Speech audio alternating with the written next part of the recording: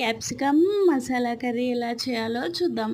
ప్రాసెస్లోకి అయితే వెళ్ళిపోదాం. ఫస్ట్ ఆనియన్స్, టమోటో, పచ్చిమిర్చి అండ్ కొంచెం నువ్వులు, కొంచెం అయితే పల్లీలు తీసుకోవాలి. ఇవన్నీ సగం సగం కట్ చేసి మిక్సీ జార్లో అయితే వేసుకోండి. అండ్ నెక్స్ట్ మిక్సీ జార్లో వేసుకున్న తర్వాత పేస్ట్ ఉంటుంది కదా, ఆ పేస్ట్ కడాయి తీసుకొని కొంచెం ఆయిల్ అయితే వేసి దాని తర్వాత ఆ పేస్ట్ని అందులో వేసి కొంచెం ఫ్రై అయితే చేసుకోండి ఫ్రెండ్స్. తీసుకున్న తర్వాత మనం ముందుగా తీసుకున్న క్యాప్సికమ్ ముక్కలు పీసెస్గా కట్ చేసుకున్న పీసెస్ అయితే ఉంటాయి కదా, అవి ఈ వేగుతున్న ఫ్రైలో అయితే వేసుకోండి. వేసుకున్న తర్వాత కొంచెం తగినంత ఉప్పు, కారం, పసుపు అండ్ కొంచెం చికెన్ మసాలా, గరం మసాలా అయితే వేసుకోవాలి. అండ్ కొంచెం అయితే అల్లం పేస్ట్ కూడా వేసుకోండి ఫ్రెండ్స్. నేనైతే ఇది స్కిప్ చేసేసాను, ఇష్టం టేస్ట్ బట్టి తినొచ్చు, వేసుకోవచ్చు కూడా.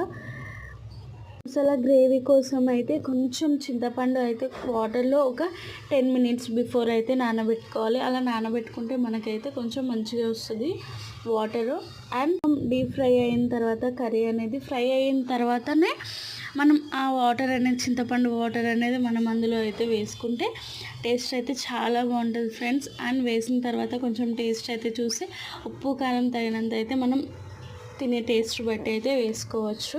ఈ ఇయర్ దేవీ నవరాత్రులు అయితే మనకి 11 డేస్ అయితే పడుతున్నాయి. అండ్ ఎలా చేసుకున్నారు ఏంటి అనేది ఫస్ట్ డే అయితే కామెంట్ సెక్షన్లో అయితే కామెంట్ చేసేసేయండి. Please do subscribe to my YouTube channel.